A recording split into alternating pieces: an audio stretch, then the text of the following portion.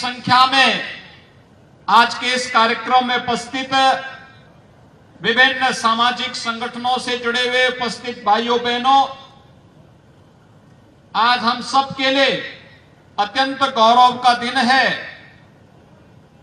कि दो राष्ट्र नायकों के भव्य मूर्ति अनावरण का कार्यक्रम महर्षि बाणदेव की इस पावन धरा बांदा में मुझे करने का अवसर प्राप्त हुआ है, जिनमें 12वीं सदी के राष्ट्र नायक के रूप में जिन्होंने एक महत्वपूर्ण भूमिका का निर्वहन किया था, ऐसे खेत सिंह खंगार जुदेव जी की मूर्ति और 16वीं सदी के राष्ट्र नायक जिन्होंने उस समय दुनिया की सबसे बड़ी शक्तिशाली मुगल आक्रांताओं की ताकत को नाकों चने चबाने के लिए मजबूर किया था, महाराणा प्रताप, इन दो राष्ट्र नायकों की भव्य प्रतिमा को आज वामदेव की इस पावन धरा पर मुझे अनावरण का अवसर प्राप्त हुआ है। मैं इस अवसर पर बांदा वासियों को हृदय से बधाई देता हूं, आप सबके प्रति मैं अपनी शुभकामनाएं भी देता हूं। भाइयों बहनों, आप सब सौभाग्यशाली हैं। 12वीं सदी में जब यह देश विदेशी आक्रांताओं का सामना कर रहा था, यह समय था जब घुसपैठ देश के अंदर हो रही थी, उस समय खेत सिंह खंगार एक नौजवान जूनागढ़ की धरती से पृथ्वीराज चौहान का सहयोगी बनकर के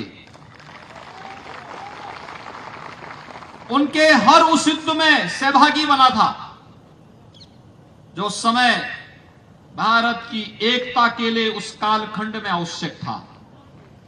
और खेत सिंह खंगार ने भी 12वीं सदी में अपने शौर्य और पराक्रम का परिचय हर एक युद्ध में देकर के पृथ्वीराज चौहान को इतना अभिभूत किया था कि उन्हें महोबा के शासक के रूप में उन्हें पृथ्वीराज चौहान ने विराजमान करके एक स्वतंत्र राजा के रूप में मान्यता दी थी।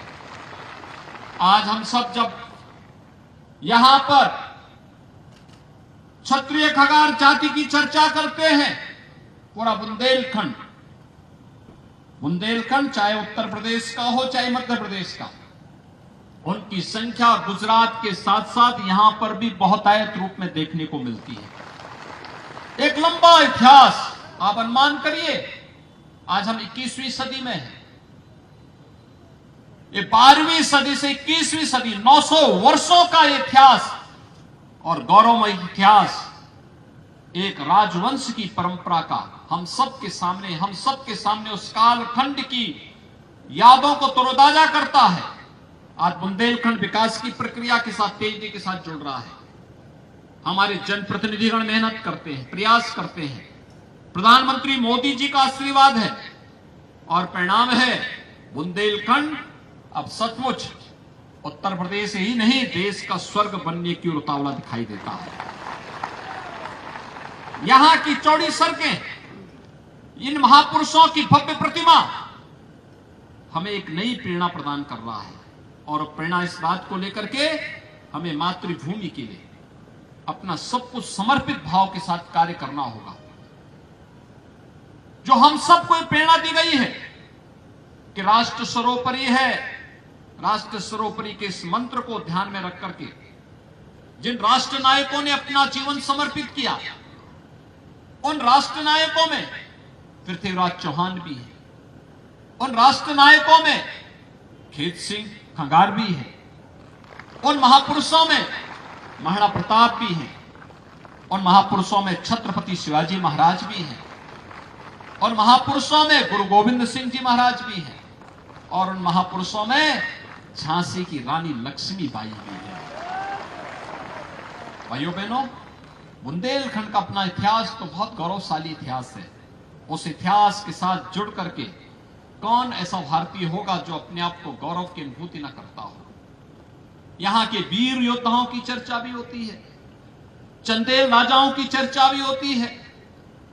आला उदल जैसे वीर योद्धा भी उस कालखंड में देखने को मिले हैं, जिन्होंने बुंदेलखंड के बारे में बहुत कुछ किया है। आज भी जब हम अपने सामान्य वीर रस के छंदों को गाते हैं, बुंदेलखंडी गायन को गाते हैं, तो उसका नाम ही आला पड़ गया।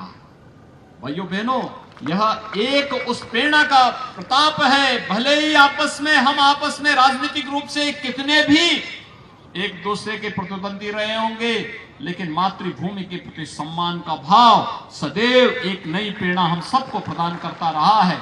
आज खेत सिंह खगार, वीर शिरोमणि महाराजा खेत सिंह खगार जोदेव जी की इस भव्य प्रभव्य प्रतिमा के आज के इस अनावरण कार्यक्रम के अवसर पर मैं आप सबको हृदय से बधाई देता हूं।